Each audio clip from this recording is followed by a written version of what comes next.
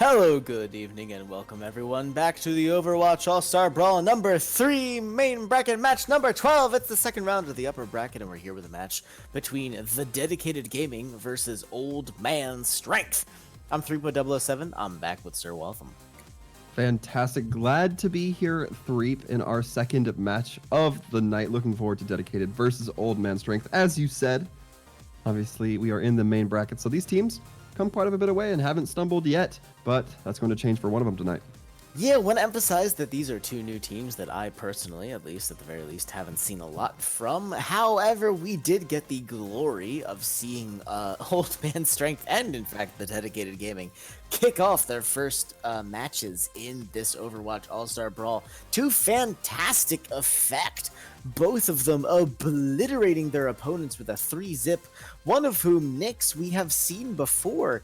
And honestly, it's kind of a shock. These teams coming seemingly, as far as we're concerned, out of nowhere, channeling a bit of that RKO. And this is just fascinating. So now we get to see these two teams go head to head.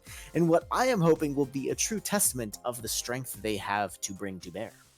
Yeah, it's going to be worth the watch, I think, here, Threep. As we get started, we are going to be looking towards Lijiang Tower.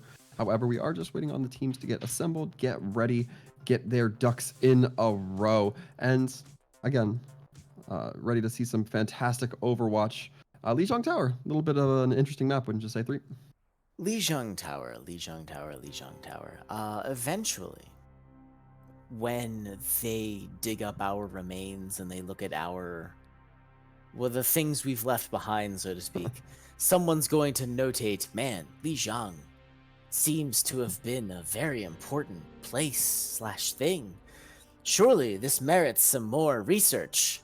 And they will dig up the remains and they will go over they will recompile the bits and the pieces. And they will realize that, nay, Lijiang Tower was in fact not a very important place, but it was in fact a very important place. For this is where teams are baptized in the Overwatch All-Star Brawl, it seems. Sometimes it's Nepal, but 99.99 repeating percent of the time it's Lijiang Tower. Yeah, Lijiang's going to be the one we see. And hopefully, I'm always going to wish for it, Threep, that we see a little bit of Pharah action on Gardens. If it gets that far, we talk about, the Rocket Queen quite a bit whenever Lijiang comes up, and it's always worth noting to me. Yeah, it would be extremely awesome if that were the case. More and more often, it seems that we see this mirror composition. And I think one of the most interesting things about this composition, unfortunately, is the fact that I have yet to hear a very convincing name for it. We had Goats, of course, because Goats was pioneered by Team Mm-hmm. So, and then you had some other compositions. There was some Sombras, some Soats, and you had a bunch of names tossed out for a lot of different compositions. Pirate Ship, was the Bastion or the Double Shields and the whatnot. But this Reaper, Doomfist, Orisa, Sigma, Moira, Lucio composition, I have yet to, in the deepest reaches of the interwebs, see something convincing that says to me, yes, verily, this right here, Frandos, is the name of this composition. Until then, I hereby refer to it as standard. And unfortunately, that's what a lot of teams bring out. But when a team has a play for that Pharah, it tends to be extremely destructive.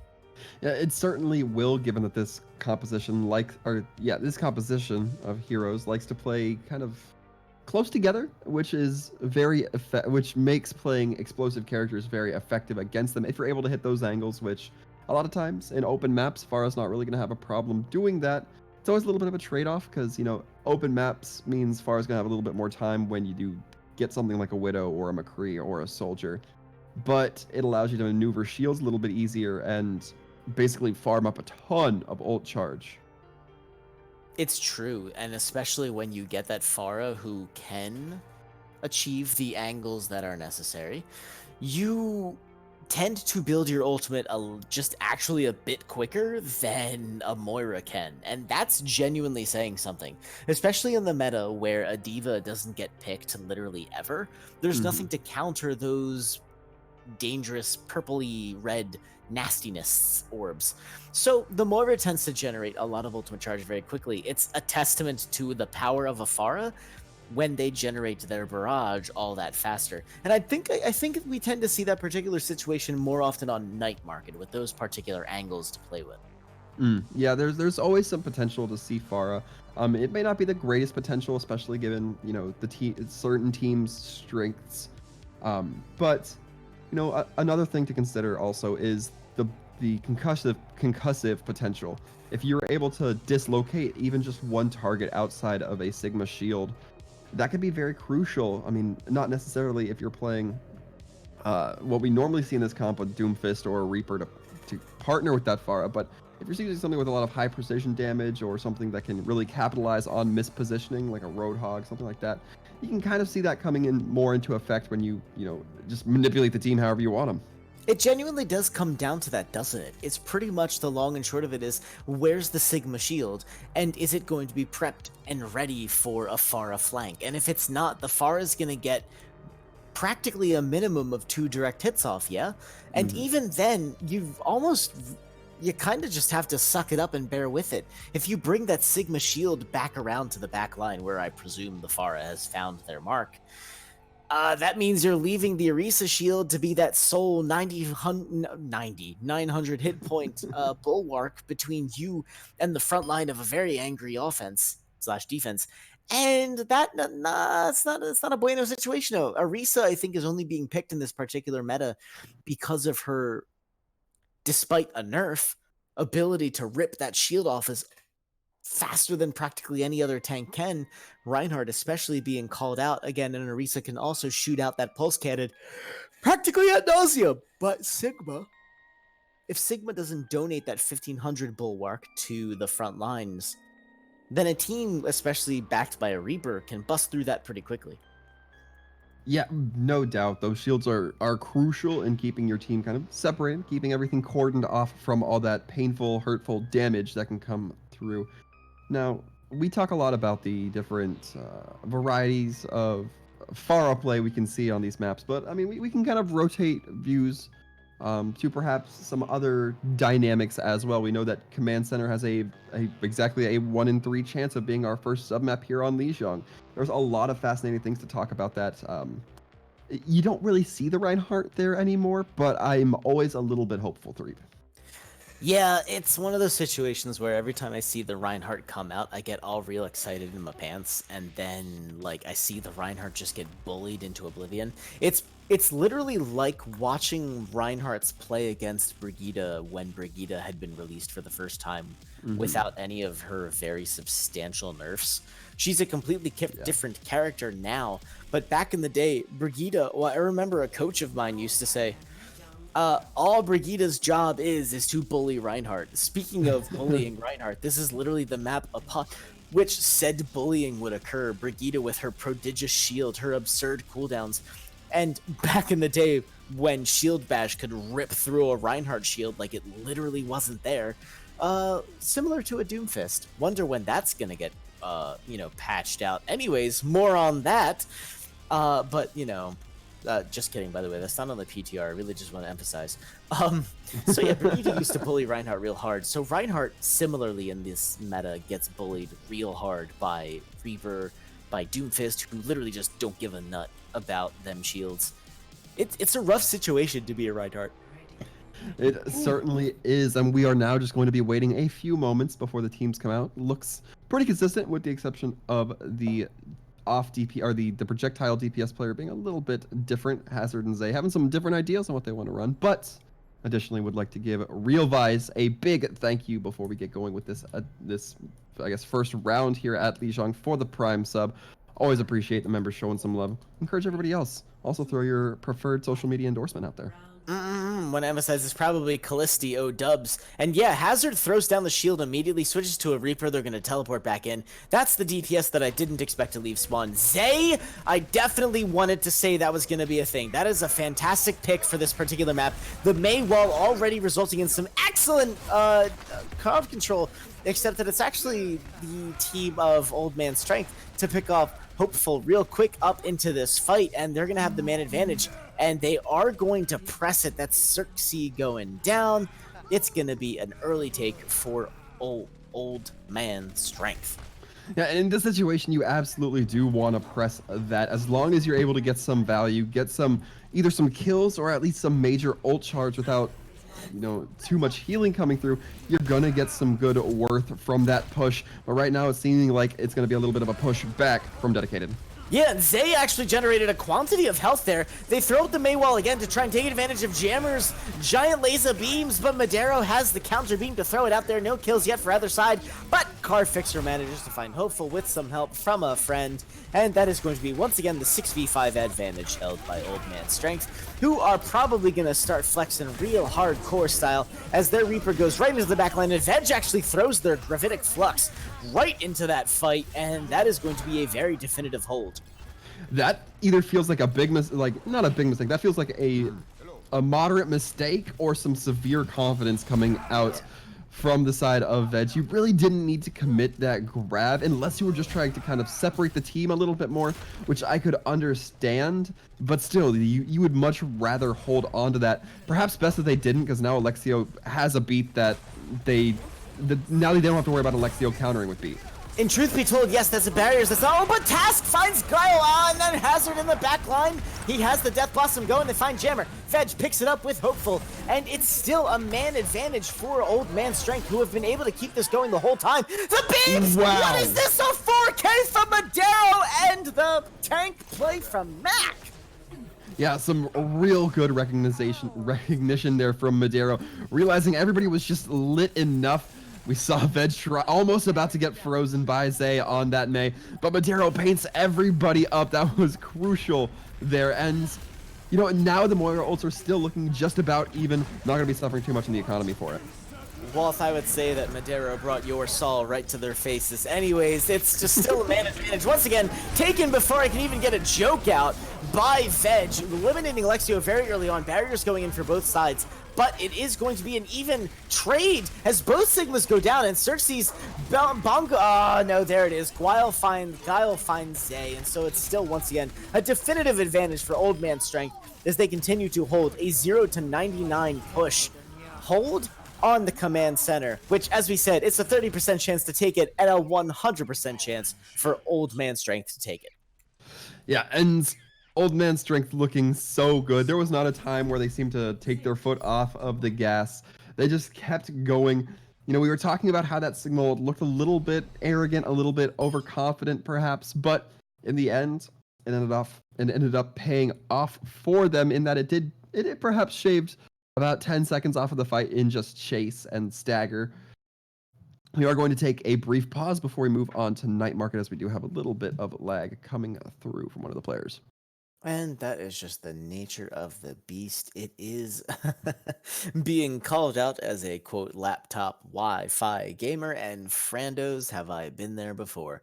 Meanwhile, let's think about this. It's Night Market. So this is, Ultim, as we mentioned, the first opportunity to bring out a Pharah. I'm going to take it 50-50. Who do you think is the team to make it happen? Oh, I'm going to say that it's actually going to be the side of the Dedicated. If it comes out. If it comes out, I think it might be the Dedicated. I don't know why. I have no reason for assuming that. I just think that Carfixer are much more comfortable in that Lucio. Madero, a very strong Moira. I don't know if they're going to want to give a Mercy to kind of pocket that Pharah, and I think you'd be at a disadvantage if you're not playing it in that optimization. Yeah, and usually we see that it's Carfixer that tends to flex onto the Lucio to pick up, or rather flex from the Lucio onto the Mercy to pick up the glory of the Far Mercy. A guaranteed healing you won't find, definitely not in America. But in any event, yeah, for Dedicated, it would probably be them, but unfortunately, it's definitely not going to be. But Task, still actually sitting onto that Hammond. Do they leave the spawn? The answer is yes! Oh, there it is! We got a hamster! This is going to be very interesting. Hamster plays kind of similarly to how Reaper Doomfist do. They just doesn't really care about the shields, but he can get stunned very easily by Sigma, by Doomfist, and once he gets stunned, that is not a spot you want to be in. So yeah, if your Doomfist was ready to dive in with the hamster, this would be a fantastic play. Instead, it's actually Guile who picks up a 2K and makes sure that the fight is very definitively in Old Man Strength's favor, and they're the ones who run right onto the point. So I super want to throw a shout out to Task for generating so much GD ult charge, but their efficacy on the team is just not happening. You need Hammond in this particular meta to combo with a particular character, and Task has been going in to great effect, but there's no one been there to support him in terms of damage, not even healing. A Hammond will live for a long time. A Hammond alone will not kill men.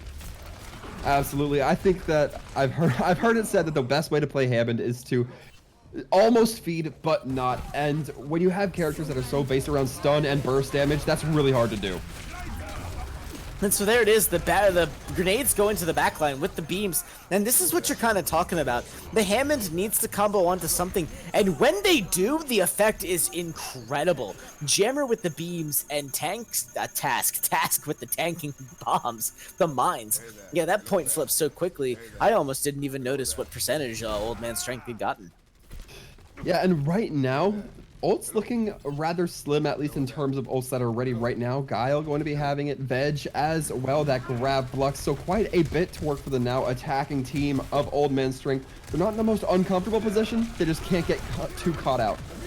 Yeah, and that's a huge point to make. Cersei does not have anywhere near the bongos percentage that Mac does, and Mac flexes on that real hardcore style with that Old Man Strength. Drops in the big booms, and Hazard with the Death Blossom, despite the focus fire, picks up almost, a 3k, and the rest of the team manages the rest thanks to literally Mac. Well played, and this is what we've been talking about recently, though we haven't been able to get it on air all that much. Orisas are in. It's the tank play that's going to be deciding fights here. Yeah, and that was such an unfortunate fight for Dedicated. They commit that sound barrier right as the Reaper drops Death Blossom, but the Death Blossom itself still too much, overwhelming the side of Dedicated, not allowing them to get any return kills. Ah, what a huge, interesting play here. Jammer throws out the beams. Task is not there to provide the mines this time around. But helpful with the 2, and presume that came off the backs of a Death Blossom from Zay, because that is a huge, very definitive take from the Dedicated Gaming. Right now, this is feeling so much better for the Dedicated than it was in Command Center. Right now, there's at least some back and forth. There's some push and pull going on here. And we look forward, hopeful, going to be having that Meteor Strike to queue up in the next fight. And Carfixer, Carfixer doesn't have to worry about the grab flux anymore. You can drop that beat whenever his team just starts taking a huge amount of damage. Oh, big oof. Guile finds Task immediately with Flame of Jammer. Wow, takes out Hazard so quick. That's a major source of damage that Old Man Strength isn't going to have, but Veg decides that it doesn't matter. Holy snaps, and the rest of the team kind of coalesces, but Veg with a 3k there. That's kind of intense for a Sigma play, even if you have the boost. Wait, how did Mac get that so quickly? Mac absolutely working to build up these superchargers with that Orisa. And right now, I am amazed that Task's still choosing to stay on this Hammond right now. He actually gets the boot kill on the Carfixer, punished for trying to do the same, perhaps. Yeah, this is kind of crazy, though. I'm going to be watching Mac. Wow, okay, hang on, Task. Getting crazy quantities of efficacy out of that Hammond. Yeah, the Old Man Strength is going to be building up to 99%, but the Dedicated Gaming has moved themselves into one-fight territory. And, you know, Task playing on this Wrecking Ball is a very dangerous option, because you know that if they don't play around that main, if they try to go through the side, they have a high risk of getting knocked off. Oh no, the Synchronized goes in, but it gets the Task, and that's the big play. Hazard all gets eliminated because they went into the backline and they tried to be cheeky, and Hopeful makes that Hope dash to the sidelines. And so now it's an even 5v5, and I don't know which side I'd rather be on, but I know which one has control of the point. And there it is! They get kill after kill. Madero and Veg both going down. Guile follows. This is crazy for the Dedicated Gaming. Yeah, Veg got separated on that Sigma. That was a very painful spot to be in. Not much you could do except just get pushed up on by Hopeful, and the Doomfist play coming through there. Seismic Slam going to be taking you down. Once that Sigma goes, there's nobody on point. Somebody needs to make their way there, and you don't want to be forced to get to point. You want to make it there at your own rate. This is bonkers. So let's just clarify real quick what just happened in that last matchup.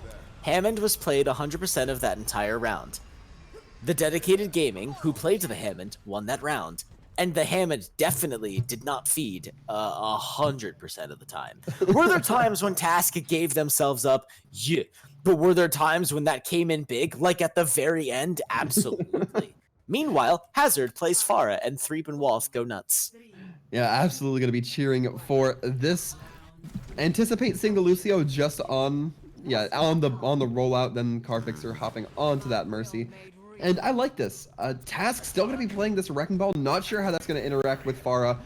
There's even less shielding to mitigate with those Farah rockets. So it's an even more interesting dynamic. Perhaps a little bit more favorable for Hazard.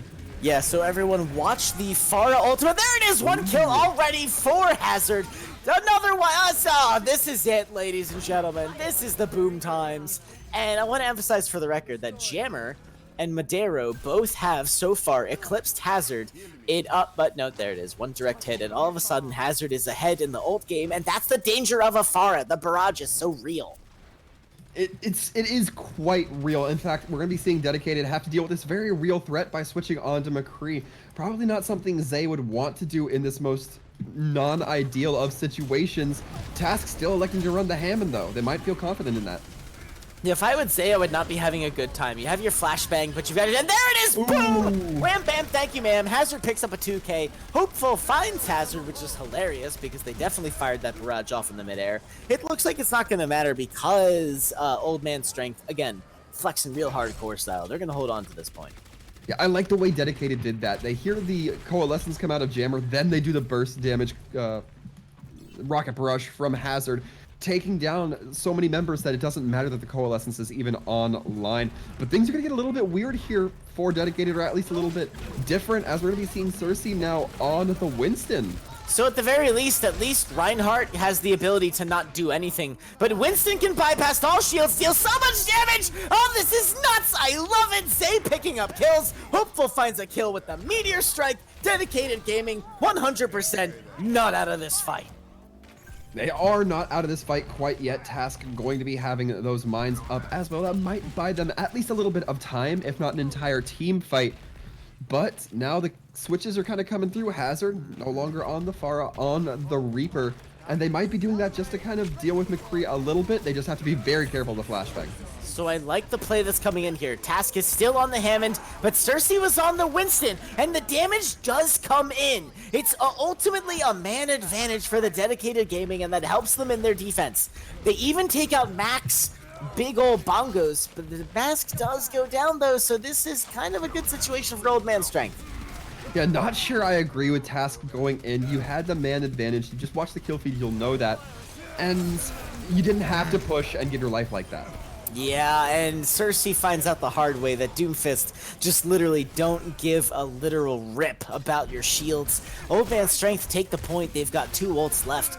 Now, while I would like to say that the Dedicated Gaming have many ults left, they're going to have to be making up some swaps here. So Zay's going to reset their charge. It's going to be one fight territory for the Old Man Strength.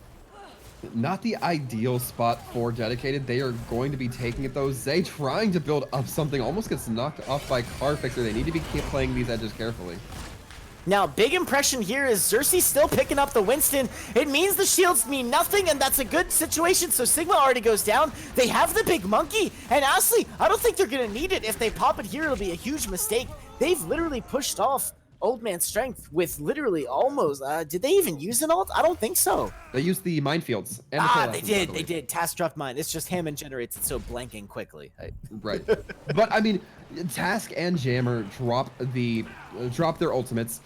But again, those are some of the fastest building heroes for ultimates, and an early primal coming out from Cersei. Oh, that was fantastic, except Veg with that directional interference. There's a fighting game term for you. Manages to keep themselves away from that environmental kill. And instead, it is going to be Cersei donating the first kill to that fight to Old Man Strength. Guile picks up yet another with Alexio. It's not looking good for the Dedicated Gaming, who are hoping to hold on to this point long enough. But instead, it looks like it's going to be the Old Man Strength taking it for their final hold. They're certainly pushing it. Very difficult. Cersei getting booped off into the pond. But with that, Old Man Strength going to be taking the third map for their second point here on Lijiang. So Rip and Winston, but want to state for the record that I actually was super on board with that pick, and that it did in fact make Hazard and Carfixer switch off of that pharmacy. So I'm a big, huge fan of that for that sole purpose alone. I think the switch should have come out a tad faster in that regard to something that could withstand the Doom Reaper just a little bit longer. We saw Cersei go down way too quickly in those team fights, I think, and honestly, like, the dedicated gaming had a good shot at that point. I'm not saying that it was entirely Cersei's fault and task, but their tank line ultimately got overrun. Right, and in regards to that last fight, it did feel like Cersei was just a little bit too, it seems like the confidence came through from Cersei on this time, where the overconfidence perhaps, where they were posted up in that corner with the primal, knowing they'd have it to bail them out, but they have to pop it, they get brought down to half strength, so they have to retreat, and by the time they decide to go back in with the primal, well, the primal's just about done. You're going to drop down to your normal scientist chimp form, and you're just not going to win that fight as a Winston against a Reaper and Doomfist. It doesn't matter if your shield's up or not. Yeah, and that's kind of the problem, right? Like, you can bring literally the most shields to the fight, which in this particular situation would be a Reinhardt and a Sigma, bringing to bear a 3,500 hit point shield. Doomfist literally goes to that and says, and ignored. And it's just like, okay, and you literally just have to be like, okay, like that's where we're at. That's where we're at. Those Street Fighter fans from back in the day, the Sam shows, the GGs, the Blaze Blues, like, they're all here playing Doomfist. That's the only solution that I can come up with. So, but that being said, we want to emphasize that if you're enjoying seeing crazy Doomfist play, if you're seeing Winston and you're loving it, don't forget to drop us the follow and even a subscriber if you're feeling so dandy, because we like bringing the content and we are bringing it constantly. Meanwhile, by the way, it's map ban selection time. So Old Man Strength has the ban, and they're gonna ban Hanamura, which is literally shocking. Here, I present to you my shocking face. Shocking face done. Not shocked at all, as it turns out. I mean, you know, Hanamura, it's a map where people try to get clever with it all the time. But I think people have tried to get clever with it for too long, to where now, you know, oh, the chance of a Sim teleport, incredibly high. The chance of a Mei Ice Wall, once you get onto point, blocking you off, also pretty high. To where now it's kind of just a map in which you know how to expect those things, and the surprise of them is no longer effective. Yeah. And maybe someday we'll get more surprises on those maps. But for now, it's not going to happen. Meanwhile, we are going to be moving, as the dedicated gaming demands, to Watchpoint Gibraltar.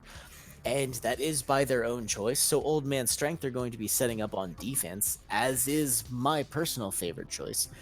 So now, Waltham, the question again starts to reign. Do we have a pirate ship coming out here from the dedicated gaming, or do they have another Gibraltar, maybe a double sniper Korean dive play coming out? Okay, just looking at how we saw them play on Lijiang Tower, I don't know if they're going to play something like a pirate ship. I think that Gibraltar is a very good map for dive tanks, and we saw dedicated Cersei running the Hammond, running the Winston, so I think that that's something that they're definitely going to put a little bit of a weight on for those kinds of roles. The high ground can be so crucial here in some situations. I don't think they're going to run full dive. I would never be that bold. But I don't think it's out of the realm of possibility that they do run those more mobile tanks to get onto the high ground, be a little bit more observant. And, you know, if you can get out of the range of Sigma's explosive orbs, doesn't hurt. That's a pretty solid play. It is a shame that we definitely won't see more of that good old-fashioned dive. Yeah. However, we have seen some Genji play in the most recent weeks. And while I don't necessarily think that was bringing your best foot forward play, so to speak, sandbagging, I believe, is the appropriate term. But that being said, I have literally 35 seconds until one of these teams proves me a liar. but it is going to be Old Man strength on the defense. And if I remember correctly, they have some sniper prowess. So if they come out of defense without a sniper, I would argue that it might... I think the dedicated gaming could force a sniper fight if they wanted to. I think. I would be very thrilled if that were the case. I haven't seen... outside of Ruins, you don't see the Widow that much, and even now you're kind of not seeing her to an incredible degree. I'm hoping that Zay is going to be sticking on this Hanzo. I put absolutely no money on it. I make no consistence. But the Mei Bastion, though. Let's talk about that, 3P. You're dying for it. So is this literally established dominance, look them right in the eyeballs pirate ship? Like, so we have Hazard on the Bastion, Giles on the Mei, Carfixer's on the Baptiste. Like, okay, you know what? Fine. And no. Oh, that's right. And now my Overwatch-addled brain is coming back to me. We've seen this defense from Old Man Strength before. Yeah, we know what's happening here, Wolf. This might get ugly for the attacking team. The one concern I have, Guile off in this side building, that might be punishable. Yeah, so this is how tilts happen. Task has already been eliminated because Hazard and Cersei rather, have decided it to be so. And oh, the dedicated gaming take the exact right option. They take the flank, and so they're starting to both move the payload and start to contest this position. But Hopeful on the Bastion is already down, and the Old Man Strength has started to move their position. And Zay on that Hanzo is just not going to be enough to stop this from happening. Cersei does go down though. No, that's huge. So this is crazy. Well played. Oh, wow. Old Man Strength. I didn't think this would be a thing you'd be doing for much longer, but wow. And Task did exactly what he needed to do in this situation. Got the cart moving in a way to where the defense had to now rotate. Now they're having to post up in this car wash style area. The Bastion going to be clamped down on this side room. That's going to be very hard to push into, but Task is going to give it his all. Yeah, even in my tiny little level, we decide that holding this room is the best option available. And Hazard, with the ability of their goodness, is already making it happen. The immortality field is just way too strong. Mac finds Cersei, their Orisa counterpart. The Bastion tank is out and looking for blood, and Hopeful with the Pharah is definitely looking to avoid that insta-gib. And if you can't unseat anyone from this particular position, it is going to be a bad time. But a single kill from the dedicated gaming is going to make heaps of progress here. Yeah, I really like this strategy. Old Man Strength, but the counter from Zay with the dragons. I love the dragons coming in. The immortality field is going to keep everyone up that needs to be, and everyone else is just going to dodge it. And actually way too many kills coming out from the side of the Old Man Strength. This defense here is proving to be very impossible for the dedicated gaming to move out, and it actually looks like they're going to be starting to rotate. Yeah, I was talking a little bit earlier about how Task managed to move the cart just far enough, but that may have actually been a little bit of a curse, because now they're stuck in this side room, and the mines are right onto the Bastion. Love it! This is what it takes. It takes multiple ultimates, it takes Bastion mines, it takes a barrage. Mac even still manages to find Task, but also a grab finds Hopeful. That's a bit ironic. But this is fantastic for the dedicated gaming. They knew exactly what they needed to bust this bunker. They pulled it off, they made it happen, and now dedicated gaming is looking to take that first point lickety-split. They certainly will. There's going to be a little bit of contest time or contest potential here, and you're really going to have to hope, if you're on the side of dedicated, that it doesn't last for too long, because if Guile gets on the point, you're going to have that Blizzard up ready to stall. And they even knew it. There it is! The kill goes in so quickly onto Guile. Waltham barely even got to mention that he had the ultimate available. And so the dedicated gaming take that point, as you would expect. Not without, that is to say, literally every ult that they had in their arsenal. Alexia is going to be holding onto that beam only because they didn't have it to throw into that fight. Yeah, and Guile, not any surprise to me, going to be switching off of that Mei. The Mei wall's not as effective here. The entire comp getting changed. Well, the entire DPS comp getting changed up in these next couple of fights. In fact, Hazard getting dropped early though. Yeah, that's the power of the Doomfist. You have one of your most powerful DPS units just getting obliterated by a single fisticuffs. Cersei, however, finding Veg early into that fight, that's not exactly what I would refer to as a solid defense. And yeah, it is in fact all the dedicated gaming dedicating themselves to the kill feed, not letting a single blue bit onto that left-hand side. And so the payload will continue to proceed apace. With Neria, how do you do? I don't even think... there's going to be one more contest opportunity.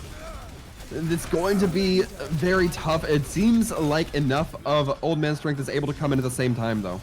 Yeah, and despite the kills coming in, hopeful finding Car Fixer, it does look like there will be finally a bit of stabilization here. The dedicated gaming's payload having literally not stopped until this moment. Yeah, Zay, I think, misfired that Storm Dragon just a little bit, not finding too much. It drills right into the ground almost as soon as it gets launched. You think maybe you had that Storm Dragon, it changes things a little bit. However, it looks like Zay still being determined to make this Hanzo pick work. I admire it. It's not the Widow I was asking for, but it's pretty close. Yeah, I will take Tree Trunk Arrows over Pinprick Deaths. If that has to be the case. Meanwhile, the big kills going in, and wow, it looks like they're almost gonna get, they are gonna get some use out of that Hanzo. They focus down Mac, and then Hopeful comes in for the kill. That's what I call coordination and calling your target, except Hazard is there to remind Hopeful that they are in fact mortal. Therefore, you should not go in against the Sicilian when death is on the line, and the kills continue to come in for Old Man Strength. Right, Old Man Strength going to be looking really good right now. Only a minute left for the side of the attackers here. And right now, the dedicated gaming, not exactly in the best spot. Zay very close to a Storm Dragon, but he's going to have to go up against a Coalescence, a Beat, and a Supercharger on the opposing team. It's going to be very tough. Alexio using that Coalescence to very little effect last fight. Won't have it up this time around either. It's going to have to be a little bit just fundamental mechanics coming through here. Yeah, it's funny. You know that the minute the Dragons goes off, the big barriers is going to be coming in. And so Zay looking for that position. They see the potential to throw it out. They know the Sigma is there. They have to decide it's Cersei. Oh, no. Cersei goes down so early into that fight. Hazard grabbing the 2K additionally with Alexio. This puts dedicated gaming into a very nasty situation. They have to decide whether they throw ultimates into this or wait until they get people back. The staggers are so real, though. It wasn't like... It was a situation where Hopeful was trying to wait till the very last minute to stall the cart. It just didn't work. They got caught out by Car Fixer on that Lucio. And then the Mercy goes to Resim and dies because of that. Yeah, and they throw the Dragons onto the cart directly, and it's not going to get any kills whatsoever. Hazard does... Oh, wow. Okay, hang on a second. Is the dedicated gaming truly the team that thrives in conflict and chaos? It is! Task fights Mac! Task fights Veg! The hamster cannot be denied! You will be nommed into oblivion! The team kill is real, and point B has been taken! Yeah, that was critical off of Task. Not only the kills, but also the stall that came out enabling those kills. Because the Lucio and Hammond were on point, it didn't immediately go to a second point hold. The overtime clock started ticking down, and Task able to stay alive long enough to get those kills to eventually turn around, turn in favor of the attacking team. Crucial. Yeah, and so here we go, the big fight, and Task actually has the bombs to lead the way. Zay, again, the worth of the Hanzo cannot be denied. The man has tree trunks for arrows. What can you say about it? He gets... I can't even... This is crazy, Zay, with so many Hanzo kills. Not a lot to analyze there, just some solid shot play going forward. We did see Task set that up in this situation, and then a Storm Dragon right into the spawn room. That is ugly. That is a painful spot. Oh, jeez, this is the way it happens. But yeah, that's the fact of the matter. It's just that Doomfist is just so difficult to kill in a one-on-one fight. And so with 20 seconds left, despite some clap back from Cersei, this is where Old Man Strength is going to once again handle a bit of that stabilization. And Hopeful going to be switching, or excuse me, Zay going to be switching on to the Reaper, just changing things out to be a little bit more in line with what you'd expect. And the Supercharger coming out is going to make this very hard to push into. Yeah, and oh wow, the kills filling up the feed. Yeah, Old Man Strength, I think they're not going to be one to let this map go by. The kills are just a little too real. Hazard has proven themselves to be just that. And as the overtime ticks down, everyone, this is where the victory marker has been laid. Yeah, Old Man Strength now knowing how the precedent has been laid. 80.75 meters to go before, or to go for the side of Old Man Strength to win. So they really kind of have their line in the sands drawn here, Threep. And, you know, they bought a lot of times in the back sections of these, of point 1 and 2. And they're going to have to work to not let that happen to them as well. So if we were able to take only a defense and only an offense and to claim that these teams should fight it out, I would argue that the dedicated gaming has a bit of the advantage here. Old Man Strength was only able to stabilize when they actually had that major advantage coming from some crazy kills, but the dedicated gaming continued to literally push it through, and it wasn't necessarily even off the backs of ultimates. So in this particular situation, I will argue once again that if the dedicated gaming can kind of just keep that consistency and make it so that Old Man Strength has to ult combo their way to victory, they have a solid chance of winning enough holds that they'll make it out. However, with Task on a Hammond and Guile potentially setting up on this Widowmaker and Hazard. All right, Hazard, I don't even know what you're doing anymore. Look, okay, so here we go. This is bonkers. I am looking forward to this offense. Hazard, at the very least, going to be using the Sombra for a little bit of scouting. They might be anticipating a similar setup with most of the members on a little bit of a side route. Hazard's just doing a little bit of work, and as well, if the Sombra does end up working out, it's going to work well against Task. Wow, that was immediate. Guile throws out the May ice walls, and so now we're getting a chance to see what Old Man Strength can do with this particular hero.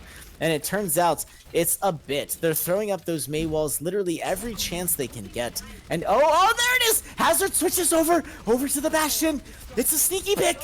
And you can see it. Oh, Madero on a, oh, this is gonna be tasty. This is going to be as shield Terry of a comp as you can get. Rough spot for Task, getting absolutely destroyed. Yeah, it's one of the most major counters, rather, that a Hammond can find.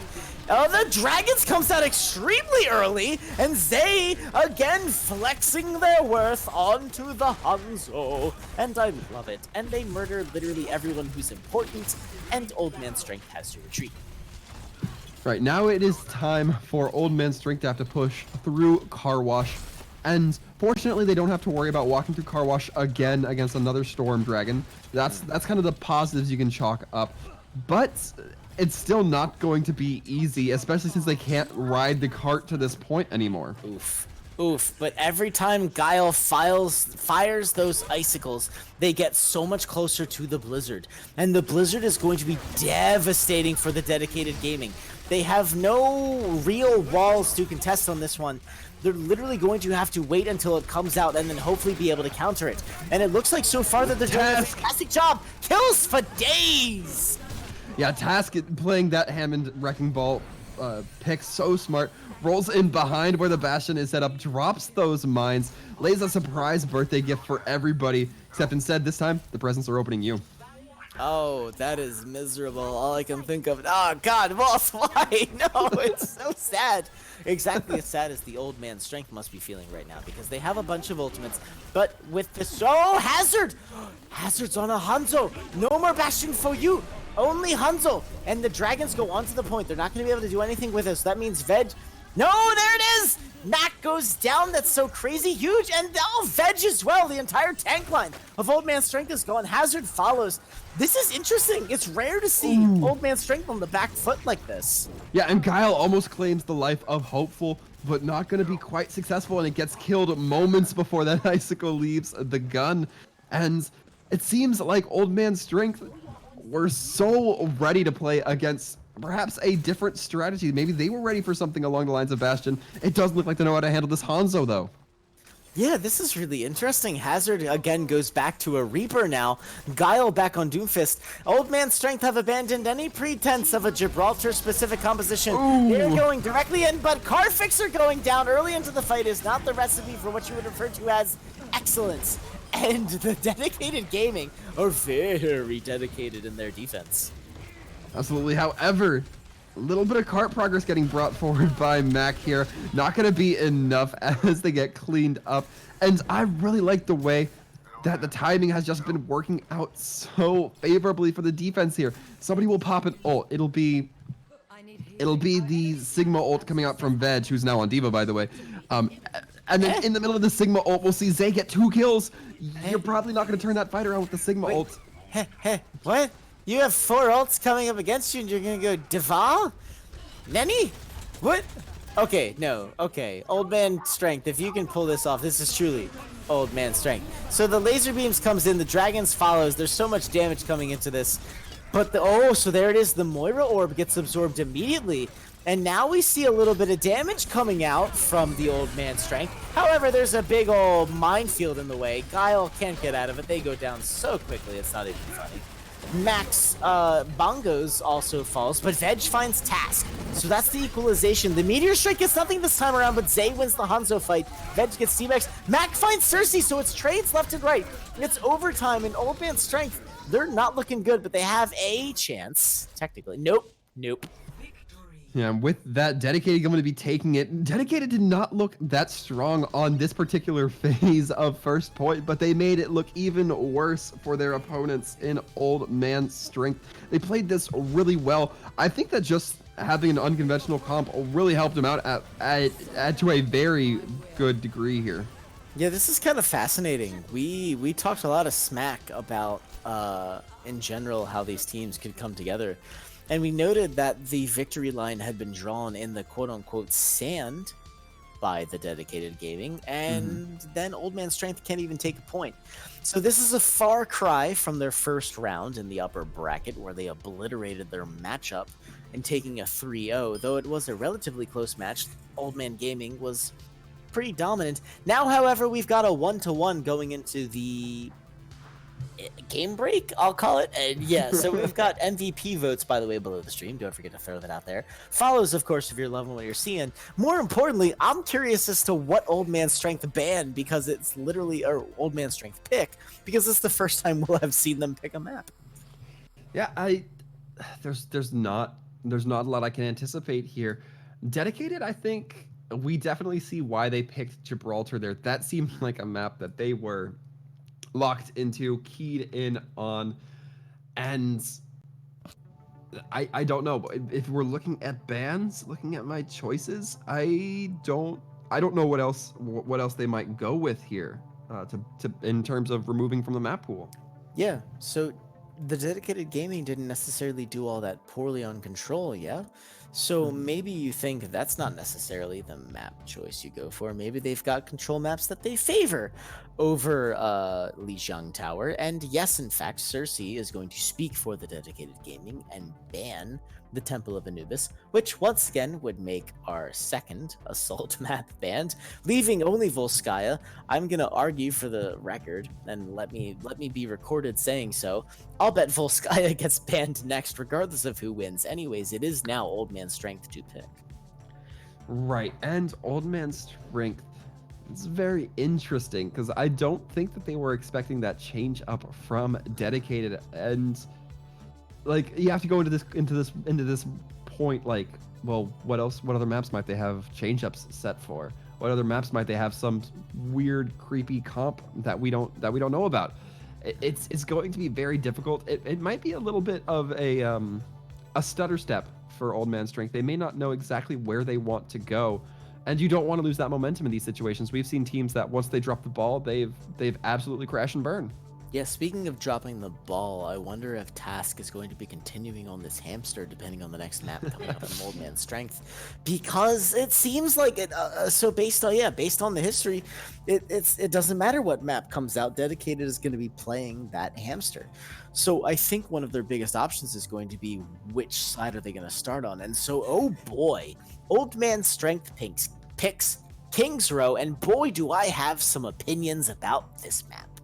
I think it's a good choice from Old Man Strength. King's Row does not in a lot of portions of it favor that Wrecking Ball a whole lot. Streets phase is very claustrophobic. You can get a lot of damage with that Wrecking Ball, but they're gonna see you coming. The third point as well, it's indoors. There's a lot of walls to cling onto, but it's just not. You don't have as much capability to really get wide swings or build up a lot of speed in certain portions. So I think that Old Man Strength might know what they're doing in their pick. Yeah, so normally the how do I say this? King's Row point A defenses tend to not exist. I mean, you practically should just let the other team walk onto the point based on what happens. But a hamster might actually change that up, right? Because normally it's the Orisa Sigma that gets bowled over. But if it's something different, maybe they last a push. I don't know. This could be kind of interesting. I certainly think it will be. That's kind of going along the assumption that we're going to be continuing to see the Wrecking Ball come out. I don't necessarily disagree with it. I think that's a possibility as well. But it would be rather difficult. I don't think they'd run it into a second point. We have seen Dedicated, even in this match so far, switch or rather start off of the Wrecking Ball. So it doesn't seem like a necessity for them, but perhaps more of a strong preference. Yeah, I can't disagree, but if Task actually does come out on the hamster, I'll be a little sad.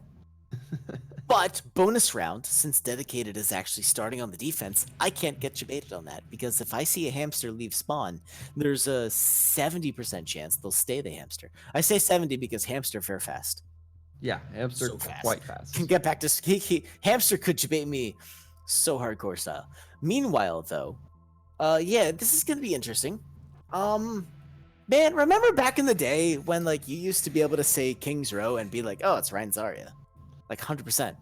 Like even before the goats, the 3-3 meta, even before then, you used to be able to say that goats was like the de facto champion, the Ryan Zarya. See, I even said it.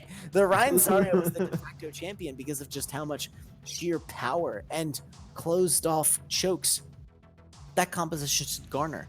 Now it's the Orisa Sigma, and the one thing that I will never understand about Orisa Sigma defenses against the Orisa Sigma offense is splitting so that you have a tank on high ground, but then you have a tank on low ground, and on the opposite side, so such that a choke is not really created. It's just fascinating to me. I haven't yet seen a team effect a full hold on King's Row in this current patch and in the current 2-2-2 roll Q lock. So someday I think I'll see it. I didn't see it at the Overwatch League, that's for sure. So I'm super curious if I'll see it here today from Old Man Strength and or Dedicated. Right. I think if we do see it, it's probably more likely to come through from Old Man Strength. Of course, they seem a little bit more willing to play the Sigma Orisa, so I think that they'll have more time kind of studying what will or won't work. But we're going to be seeing instead Dedicated on the defense first. So it's not going to be for perhaps another round or two. Indeed. And yeah, you have a bunch of different unique opportunities to play with this King's Row defense. And of course with this King's Row offense, not to mention of course the great bamboozle play by the LA Gladiators. Which I will forever remember because of just how freaking hilarious it was. But as I yawn, because I'm just expending so much oxygen here, and say it, yes. Okay, come on, Task. Did he do it? Yes, he's left spawn, and so this is it. This is exactly what Threepwood 007 was hoping for. Task has left spawn, and he is playing the hamster. He is going to be playing the hamster, the Wrecking Ball. I love looking forward to how this is going to go. Other than that, this is exactly what we'd expect from a Sigma Ori comp. It's just Task not liking Sigma. Also, more importantly, Guile and Hazard initially set up with the double sniper, which would have earned them the love and favor of every Overwatch fan on the planet. Instead, it's going to be a very standard composite. The meta standard coming out from the old man strength. And yeah, there it is. It's a split. No, there it is. Okay, cool. Cersei and Task are now on the same ground and they're defending this point. Let's see if they can hold it for more than a minute. They're looking like they're going to be trying here. However, Dedicated on the low ground against the high ground of OMS, Old Man Strength. It's going to be tough to overcome that. Yeah, literally unbeatable. Zay goes down so quickly. Hopeful is the next to follow. There's no teeth from this defense. It has been completely defanged. The timer is ticking. Defense, no, you have abandoned the point. And so, within a minute, the Old Man Strength are going to take King's Row point A. No, it's a fake out. Unbelievable. I love it. Yeah, and Task building up a lot, not building up, but holding for quite a while. Jammer going to be having just enough time to pop that Coalescence, keep everybody up. Crucial. And the Reaper not quite able to change things up from Hazard. Okay, 3.007 just got his words thrust down his throat like it was the player's job. Fantastic defense. They held it right up until the last possible moment, and then they came in guns a-blazing. But the switch-ups and the bits, this is interesting. Ult's definitely favoring Old Man Strength for this next take here. Certainly do seem to be those. That Coalescence was one of the largest reasons, I'll say, that Dedicated won that. But this time it's going to be on the side of Old Man Strength. You're gonna have to see how they use it. Probably gonna be popping it here as the fight gets going. Yep, and Task now in the back line getting a huge ground and pound with that good old-fashioned hamster, but Hopeful is once again one of the first to go down in this particular fight due to a large rock being thrown into their noggin. And now the defense is here, but Task has thrown mines onto the field. This will be very interesting to see what happens. Oh, it's so interesting that Guile has decided to pick up a 3K. Hazard finds Jammer. There's only a third that's needed. Task is very strong, and I love them, but they're going to give up the point. And despite, this is my new favorite, the longest defense on point A I have ever seen, and I blame it on Task. Well, you've ever seen the Sigma Ori style compositions.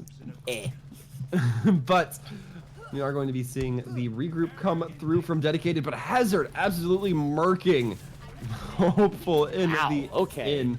That was brutal. It's exactly what you need to do as Reaper. You need to get those stealthy, creepy crawlies as effectively as you can. Take it out of Doomfist. It's going to be a good start. There's not in honor of Spooktober, Reaper is being very spooky right now.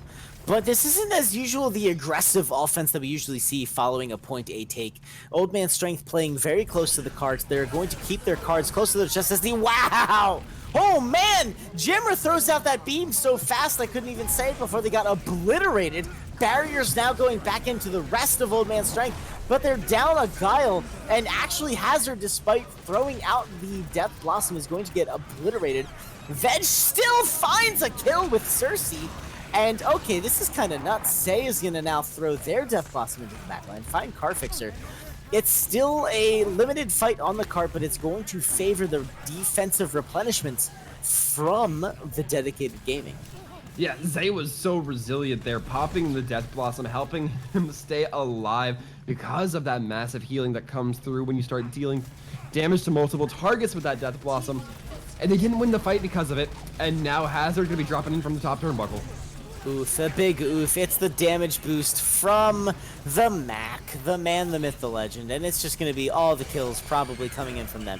Oh, but mine's on the card from Task. That's going to be fascinating because Mac's thing is already goes down. Hopeful falls, and that's a huge source of damage, and Insta-Gibber gone. Task does find Guile, though, so that's going to be a little bit of the equalizers. Alexio goes down, and now it's starting to follow a little bit more in favor of the Old Man Strength, who stabilized a bit. What is Cersei? What? Cersei on this Reinhardt, perhaps just to get 2 point a little bit faster, but that shield not going to be as effective at, staying up for long periods of time. Yeah, Cersei goes down so fast, just so fast.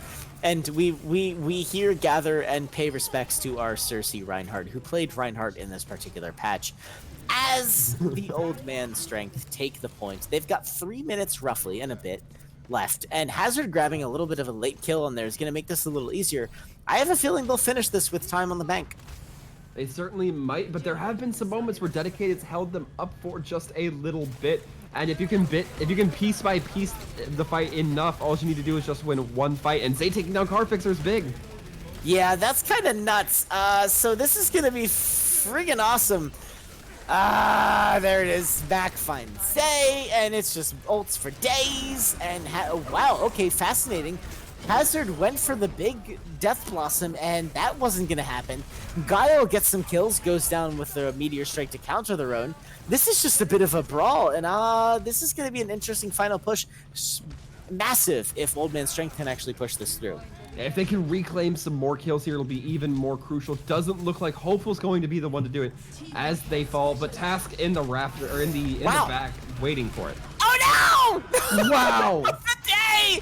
Boop of the day, ladies and gentlemen. Alexio grabs 3. Mac just after they drop their supercharger.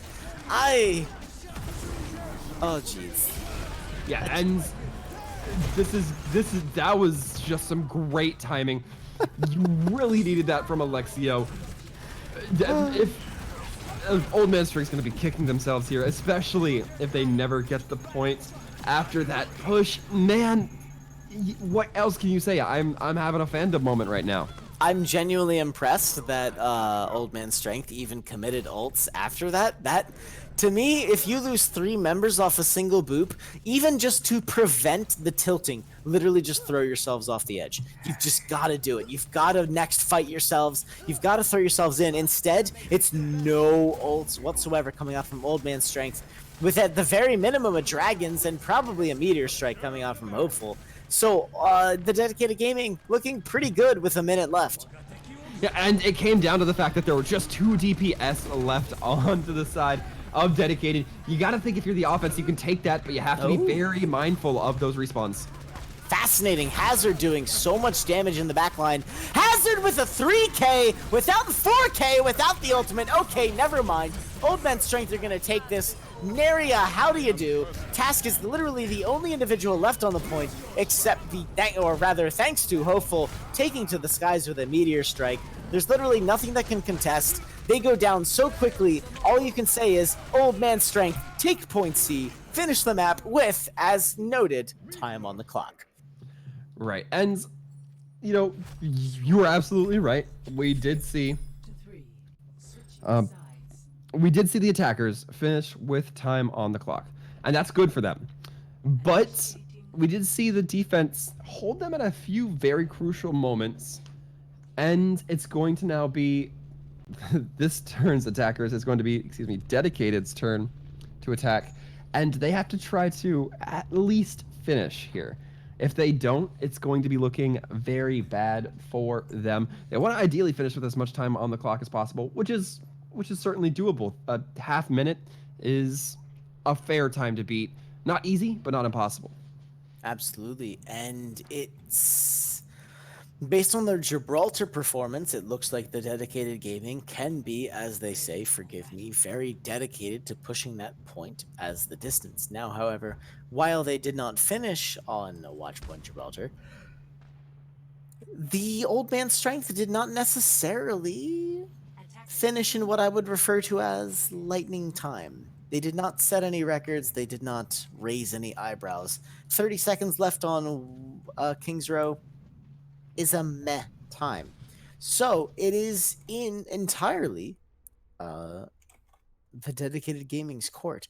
They have, with Old Man Strength, set the pace entirely. They know their win condition. It's very simple.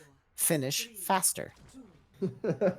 That would be the ideal win condition here.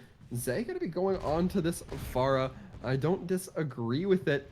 And this time we're actually seeing the side of Old Man Strength play as a unit inside Hotel, but that allows for some easy rotations. Yes, this is my new favorite. The hamster pops it up, the kills start coming in crazy strong, and Zay on the Pharah is doing some serious damage work. The Madero has their work cut out for them, but ultimately they're not able to keep it up enough. And this is what we mean by the fast play coming in from the Orisa Sigma defense. in terms of King's Row Point A. It just doesn't happen. There's no staying power. And yet, even as Madero throws out the laser beams, honestly, I have a feeling they'll pull this off. So well done them. But it's still a fight, and the kills honestly keep rolling in. Right, and Madero dropping. Granted, it was on the Moira, but Madero dropping is an opening for the side of Dedicated if they're able to get recollected fast enough. And Hazard dropping that next two is not great either. Yeah, that's a no bueno situation, though. And Fed, Task rolling around on this Hammond is just causing such a problem. And the barrage, there it is. It just comes out so early, so Zay does go down, but they find Mac. And that's a really solid trade, giving up your Pharah. And the Task throws the mines right onto the point where you would want to re-engage. So as the laser beam comes out from Alexio, one can only know that yes, this is it, ladies and gentlemen, and everyone out here on the feed. Another Point A take from King's Row. Right, this one, again, took a little bit longer. It wasn't a first fight take, so, you know, they got that working for them. But Props. they're gonna have to do it. They're gonna have to go through a daunting second point streets phase, and there's a few resources they have, right? They have the supercharger, they have the Valkyrie, but those aren't as high impact as you might like. It's going to be really difficult. I think it's not going to be a sure thing. And fascinating that Zay is on a Hanzo, who gets immediately obliterated. Jammer probably sticking on the Mercy to try and throw out the Valkyrie. They're gonna die before they get that chance. They are going to respawn and leave spawn, so that is going to be a Valkyrie that they're gonna want to get. So I hope everyone lives. Oh, huge! Task, Mac, and Zay, they make it happen with the kill. Sorry, Mac, you were involved potentially. And so that's going to be a massive... Whoa! Zay with the tree trunks on the Hanzo! This is crazy. Major plays coming out from the Dedicated Gaming. They have yet to use an ult other than Valkyrie, who Jammer, next time they get the chance back to spawn, can make that swap. Zay making some plays here. Yeah, Zay certainly trying to do their best. I think this player just really likes Hanzo at this rate. I don't know if there's anything else to it, but I mean, we're seeing some real good effect here. I don't know if this is a practice strategy, but you like seeing things get a little bit different here. He Hanjo. Anyone who gets that reference, you know, you're legal. Anyways, so the dragons, the beams, it's the beams first, then the mines, then the dragons. It's just an old apocalypse attempt coming up, and Hazard in the back line. He makes it sane. Oh, Hopeful goes after him. They're forcing them off. Max Supercharger goes down. The point near is ever closer, but no kills on either side. And so everyone's jockeying for position, but the shields are looking not so good. Oh, big break on the side of the Dedicated Gaming. They make... Hazard goes in the back line.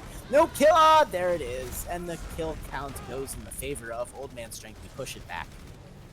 Zay almost getting the kill onto the Reaper. There have been so many times where this Reaper has just eluded that Hanzo, and you can't let that happen. He sees him teleporting, he misses the shot.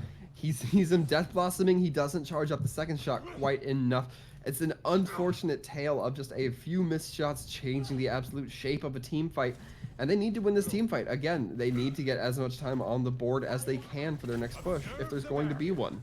Yeah, Old Man Strength was pushed to the brink, so it makes sense that if Old Man Strength can put the Dedicated Gaming on the same brink, they have a solid chance at outright winning the map, let alone you know, getting a decent finish. So, but wow, holy moly, Zay with the Storm Arrows finds Hazard, Hopeful grabs Fedge, and another kill from the Hanzo means that Zay isn't just memeing here, this is for realsies. They are Hanjo, and it's wow. There's no answer from Old Man Strength as Dedicated Gaming just take this point willy-nilly. And that makes sense. I mean, they didn't seem to have that much of an answer on Gibraltar either. So right now we are just going to be moving on into that third point. A lot of ults online. Everybody but the Doomfist going to be having their ultimates up. Hopeful, waiting to build up that meteor charge. But the Valkyrie, the mines, etc., everything you see on the board, just absolutely chock full. So interesting that they led with the dragons, but it does get them some kills, but Alexio actually goes down following it. Oh no, Old Man Strength winning the trades here with throwing in the Meteor Strike, but the res from Jammer, who did not switch off the Mercy, and now there's the bongos to throw it in, and so the Dedicated Gaming going to be winning this fight. They're not leaving themselves a lot in reserve to win the final push, even losing some members here. Absolutely, and we're seeing that Guile using that Meteor Strike also Gonna be doing a similar effect. If they lose this, which it's not looking great so far, they're not gonna have a huge bank of ults themselves to use.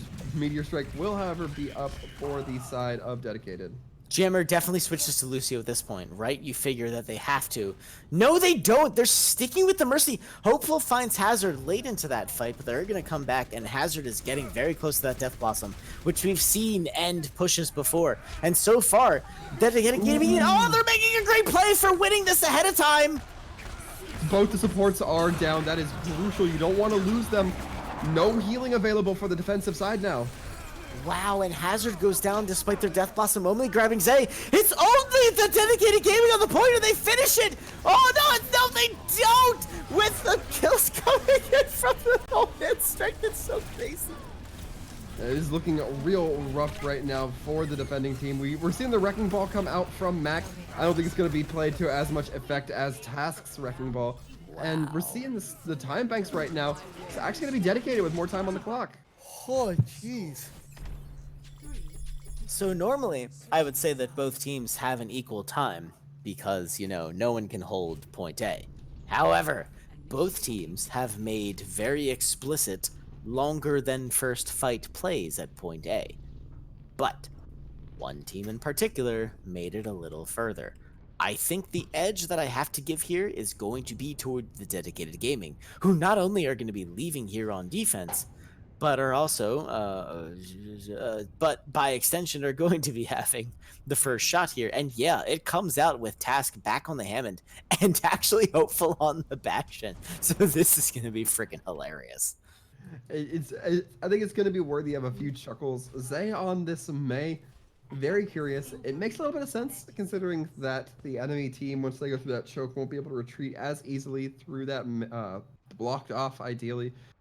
May Ice Wall choke, and once you have one member separated, it's just easy pickings. So what a fascinating setup. It's all on the low ground, and so there's Task. He's up in the foreground. So this is going to be interesting. A very fascinating hold, and I am interested to see if Old Man Strength have a problem with it. Old Man Strength absolutely might, but they're going to work their hardest. They're now going to be breaking up the Hanzo. Hazard dropping down some long-range damage in response. We'll see if it's enough to make the side of Dedicated Gaming wince a little bit.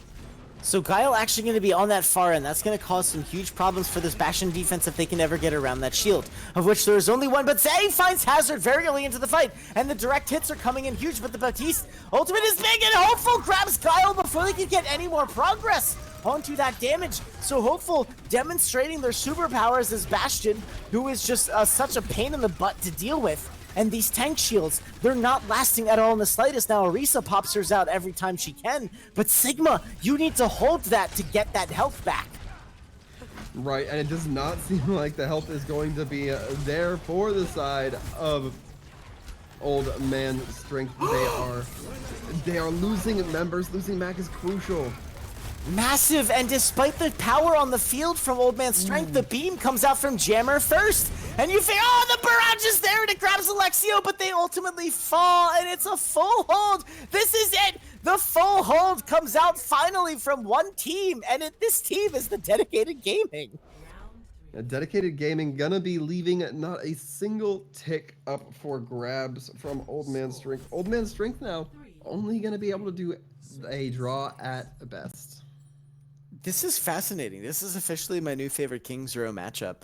I can't recall the time that it went to the second offense for either team, but we all went a little bit cray when the Dedicated Gaming shook things up a bit and did a thing and held Old Man Strength. However, now it's Old Man Strength's turn, and they honestly only have to do what the Dedicated Gaming did for an extra 48 seconds. So, Welcome, I think the potential for a tie is huge. What say ye? I rather agree. I don't think that it would be unforeseen for a tie to take place here. That being said, I think that the side of Dedicated have a really good opportunity to make something happen, to get things going.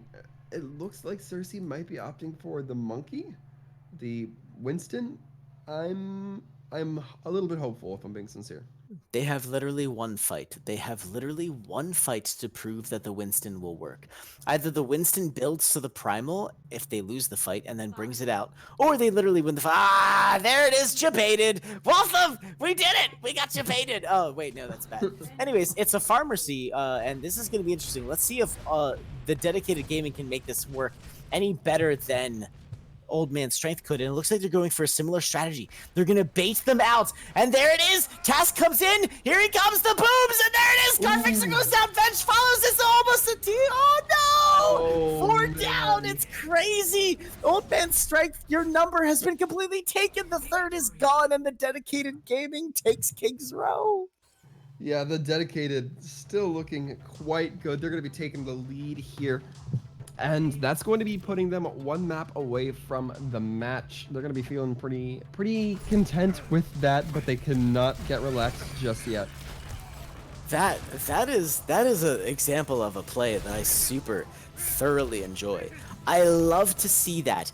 Task sets up right there on that little overlap. They knew everyone was waiting in a hotel. Old Man Strength comes pouring out of it. Task drops right down, throws the hook, gets some damage in. Of course, just the rockets are there constantly. That's King's Row in a nutshell. This is the innovation that we're starting to see from these players. But more importantly for this particular matchup, it's match point for the dedicated gaming. And so if you've been seeing players that you've liked, if someone is going to rescue everyone, you need to make sure that you vote for them below the stream. And of course, if you're loving what you're seeing, you gotta toss that follow out, because it's like games. We're bringing out these games like constantly, so you gotta get notified. Yeah, I mean, it's at least every Monday, Tuesday, Thursday, if I'm not mistaken. So lots of opportunities here. Any social media endorsements always appreciated as well. Vote in the MVP chat if you think anybody here is playing significantly strong. We love sharing those votes with the players. So I'm looking forward to hearing what you guys think as we move along in the rest of these games. Oh, yeah, at least have one more to go here, Three, though. So at the very minimum, yes, a singular map will play. I find it interesting. The custom map background is Rialto, when that map literally is not even in the map pool and has neither been banned nor selected by either team. So with that being said, Old Man Strength, despite yeah, this is fascinating. Old Man Strength were the ones who chose that particular situation, and they got it thrown back in their faces. So, the dedicated gaming are going to ban one more map. My money's on Volskaya. And then Old Man Strength are going to have to pick what could potentially be either their final stand or the next map on their path to a 3-2 victory. But that remains to be seen, especially because I have no idea how TDG is going to react to this one. Right. TDG has the spot. They have the ban hammer, if you will. Now, you reliably wouldn't waste your time banning Eichenwald or Hollywood, because they can't be chosen next anyway. That being said, it means that Dorado, Nepal, Busan, and Volskaya are the only 4 options left. I think that Volskaya is probably one they'd like to keep around, but it looks like the ban is going to be coming onto Nepal, which is a little bit interesting to me. Wait. So yes,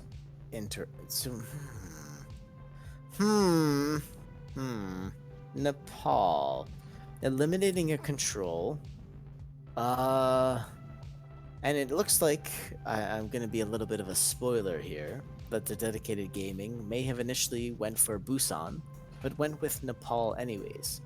Now, interesting. So this is interesting, and man, oh man. So if dedicated wanted this to happen, this is the biggest brain play of all brain plays, because the Old Man Strength are actually going to be selecting Busan, which is entirely within their rights to do so. And the dedicated gaming initially thought that that was the map they were going to ban, but instead they went with Nepal. But now Old Man Strength were on Busan, all right, Waltham, I need a judgment call, and I need it right now, despite the bait potential. Is this Dedicated's actual real-time match point? I'm going to say no. I'm going to say no. Yeah. Because I don't think Dedicated was looking that good on the first control point map we saw. And I think that goes to how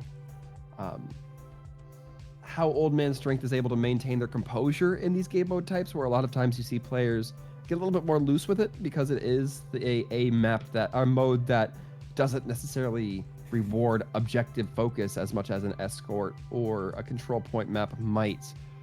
So I think that's Dedicated. They have a fair shot to win it, but I don't think this is definitely something that's going to go in their favor, hands down 100%. I think that if they're playing some mind games with Old Man Strength right now, it's some good mind game. Or it could potentially be a big honking backfire coming right at them. As you've noted, fact of the matter is, despite it going 2-1, still the owner of the two at the end of the day was in fact Old Man Strength. Now, Busan, a little different than Lijiang Tower. This is a spooky situation, and especially we're starting on frickin' Shrine, and God, I hate this map so much. Now, the big drama set up in Sanctuary gonna be perhaps one of the most, at least to me, the most obnoxious obstacles. There's not many. Well, actually, that's not true at all. There are some instances where there's geometry right smack dab in the middle of the point, but I don't think any of them are as big and obnoxious and misshapen as this giant drum. I hate it. I hate it, 3. Yeah, it's literally miserable, and a lot of teams will throw Lucios and Divas on top of it to play with the percentage and the contest. But in that case, I don't think that's going to be a problem because it looks like it's only going to be Lucios from either side. And that being said, this is not a map that I would normally say, hey, here comes the Pharah, but Hazard. Hazard, talk to me, buddy. You seem to be you're dancing in and out of spawn. You've got a Mercy and Carfixer. Unless you both are dedicating yourselves to baiting me and Walth real hard. Nope, here it is. It's Far Mercy leaving the spawn on the Shrine on Busan. New favorite day ever. I'm honestly surprised we didn't see Carfixer do the Lucio Mercy swap that he seems to favor quite a bit on these control point maps. Maybe they want a little bit more of a focused rollout, a little bit more chance to get themselves all coordinated, but already Hazard trying to lay in some damage.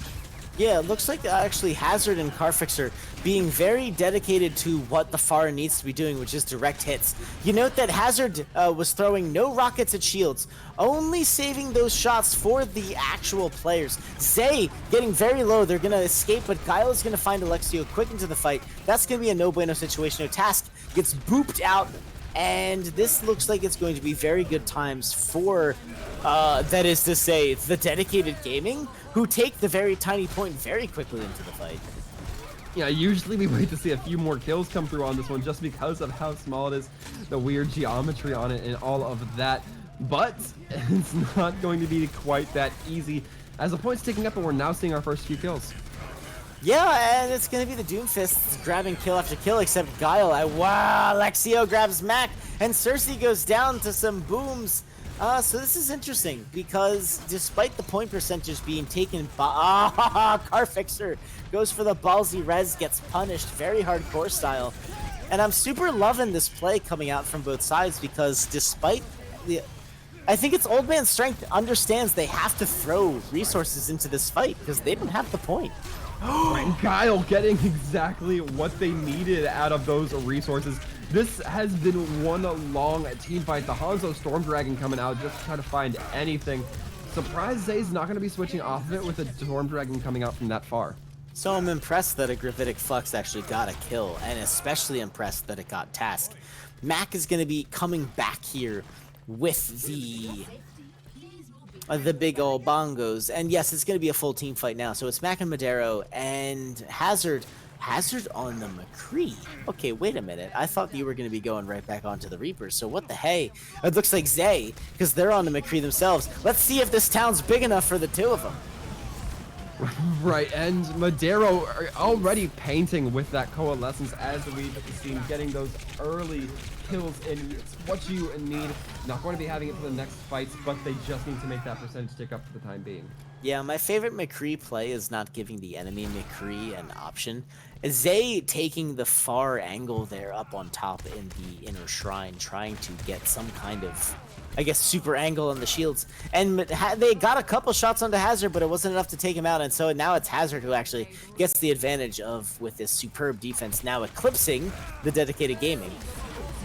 Right, and we're seeing the Supercharger come out, the Coalescence, Meteor Strike, a ton of ultimates coming out, and it looks like it's going to find it's going to find a lot of purchase for the side of Dedicated. Yeah, that's the kind of thing you like to see. The Cersei damage booster came out, and there's just so much freaking damage coming out from everyone. Hopefully even tossing out the Meteor Strike doesn't necessarily get any kills, but it makes the magic happen. Hazard drops off the McCree now onto the Mei. How interesting.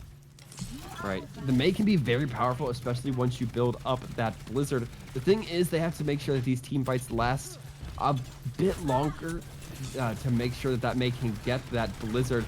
And on the plus side, they won't have to worry about a Sigma eating her ult.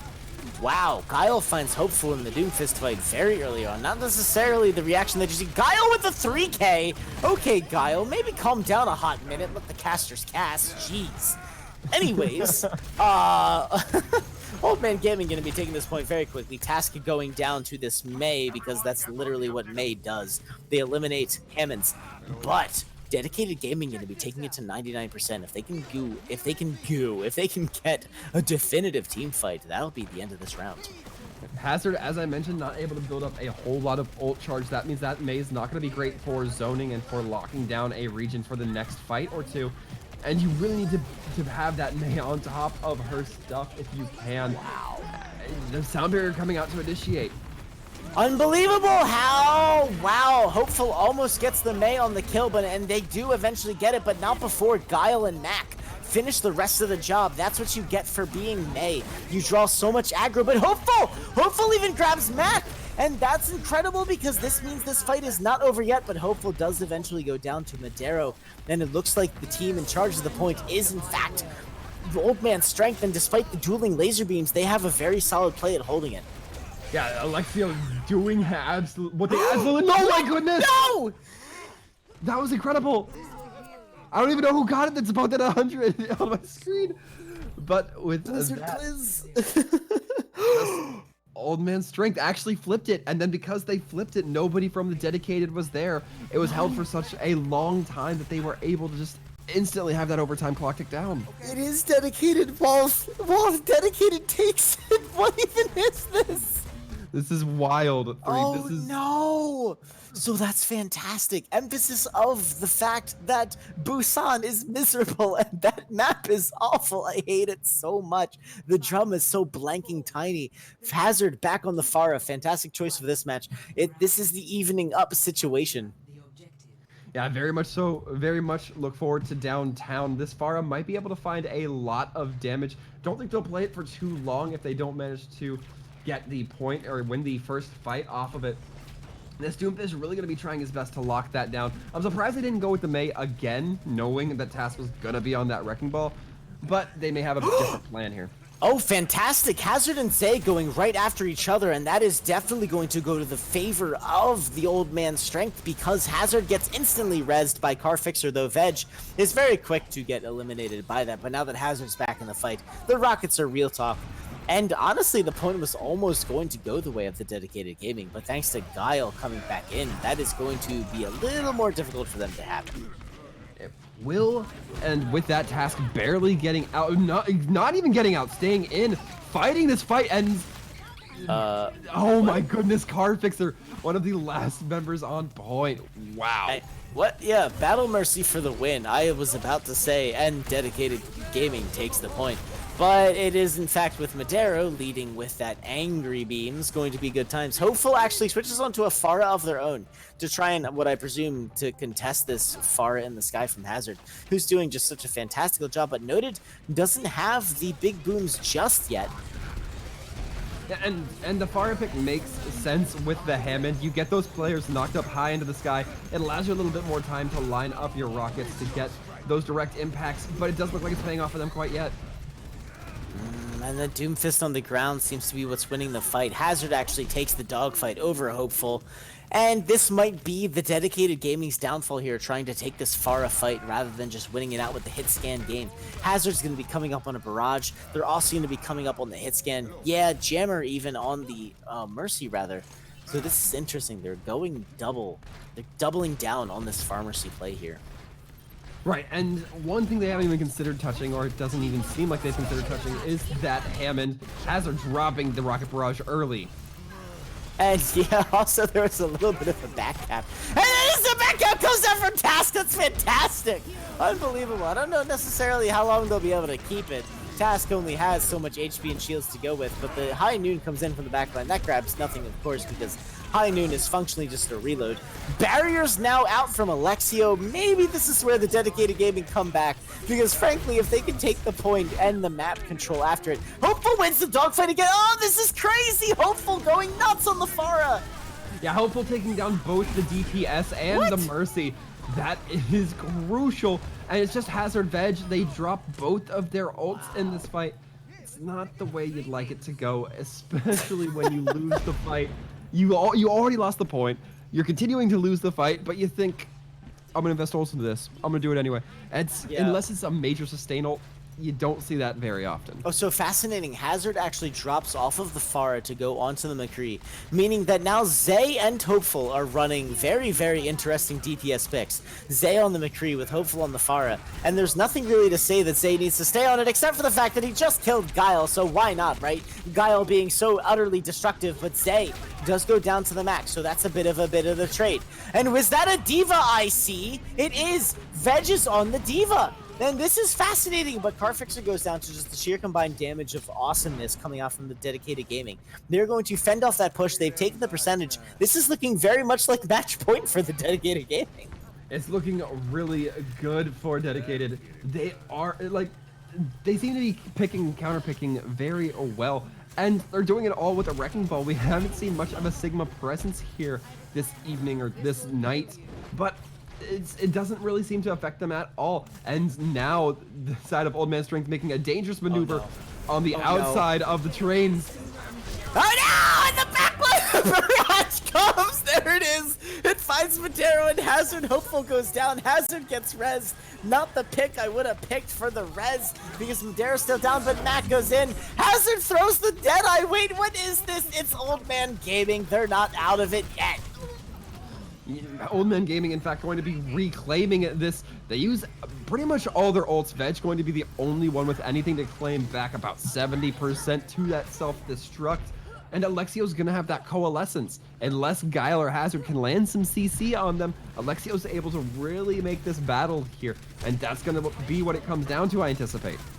So this is kind of interesting. Veg and the Diva going up to contest the Pharah. They make it happen. Hazard goes down, or rather, Hazard picks up the kill. But Jammer finds the res, despite this incredible CC coming out from the other team. Oh, Veg drops the big booms. Does it get anything? Yes. It grabs the Jammer. And oh no, but there was a Hopeful in the back line, bringing hope back to the Dedicated Gaming, who, despite losing the point, I think, are with a bit of a retake here, entering into the overtime. The mines go down. No, it isn't overtake, but Veg eliminates themselves from the point. Hazard with the combat roll goes down. That's it. The Dedicated Gaming take it. That was fantastic from Dedicated. Gonna be taking it 3-1. But man, that was something from Sanctuary to Downtown. I loved all of it. Especially Sanctuary. That one came down to the wire. I literally, you could, what do you even say? What do you even say to that? There were so many fantastic players from both sides. Don't forget to grab your MVP vote before the match is done, because we're done. We saw some Diva. We actually saw some Diva to genuinely good use of Veg coming up, contesting the Pharah, ensuring the kills. I just well played. and the dedicated gaming just making it happen, and this is fantastic. Want to emphasize for the record that that was again from dedicated gaming, one of the longest holds I've ever seen from the Kings Row map.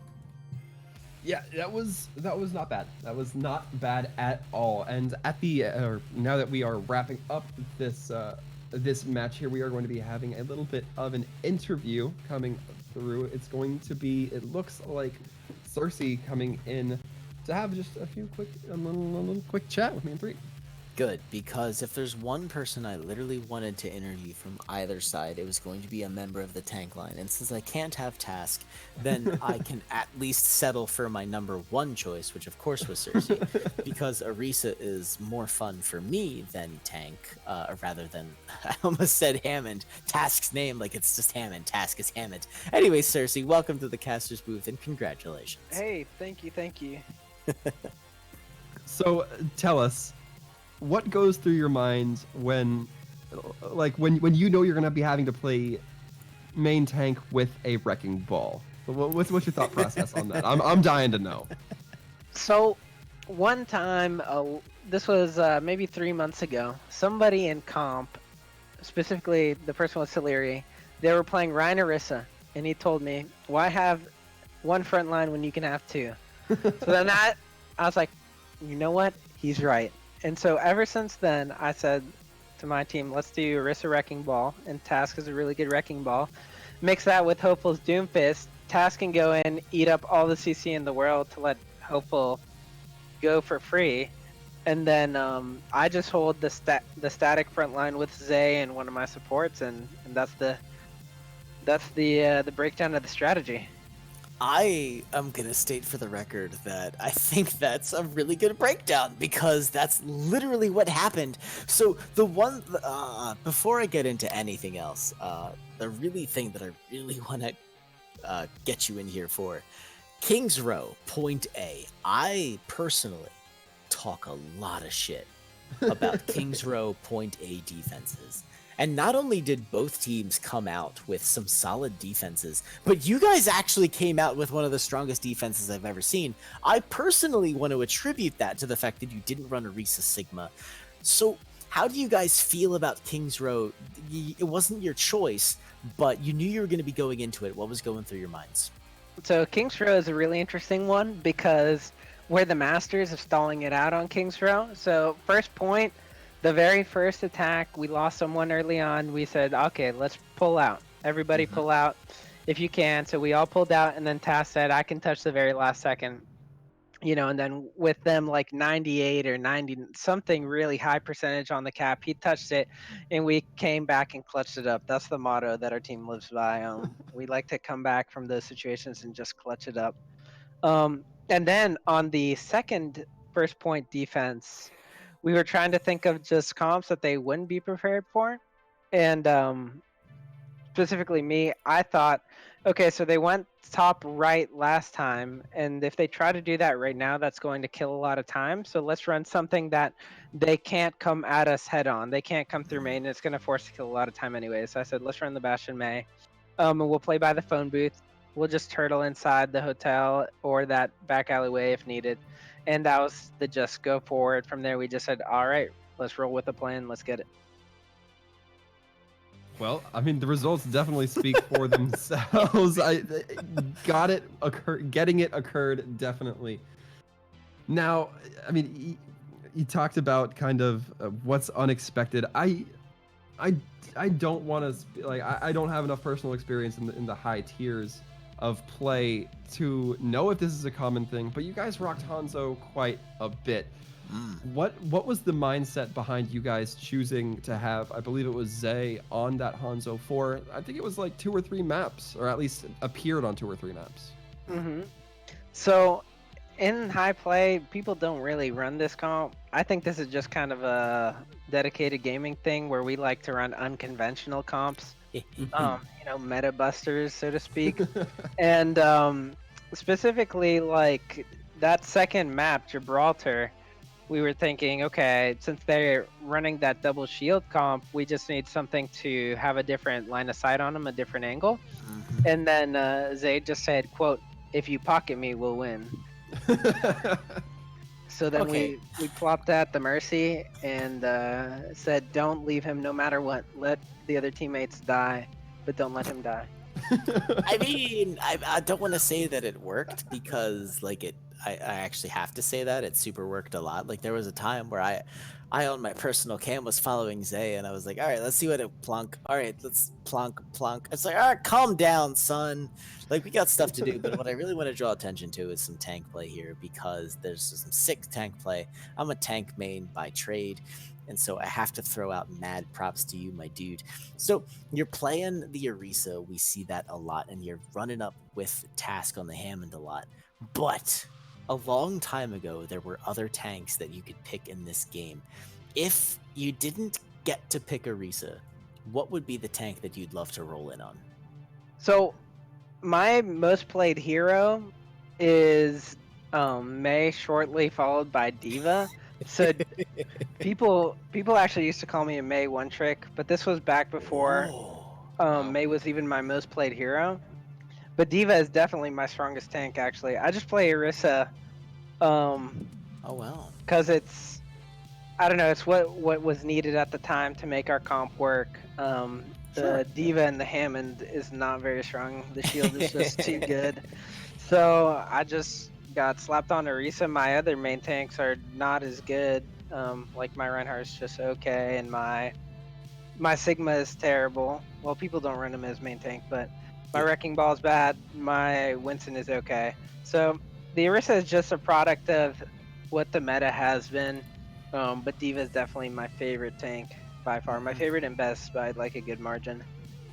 Was certainly not the answer. At least I was expecting. I with- super love the Yeah. Divas and was once upon a time a Diva main, so, like, man, am I with you. Oh, damn. Diva's still my number 3 hero. Yes!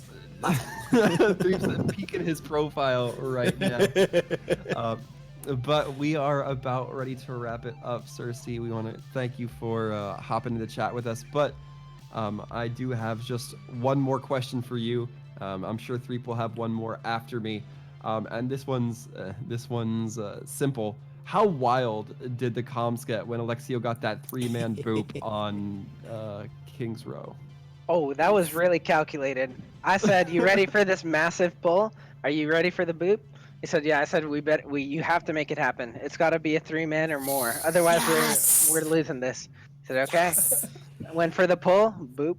3-man. Oh, Yes! wow. Oh, Wow. I love it! That's when team coordination and the comps just come through and it's just like, it's so good. Ah, damn it, I love it. Cersei, thank you so much for validating everything that I claimed to be what top tier Overwatch is, aka good comms and good coordination. So thank you so much for joining us. Oh, And yeah, no problem. I Thank you for having me. Yeah, so yeah, congratulations to you. Congratulations to the dedicated gaming, and we're looking forward to seeing y'all move forward.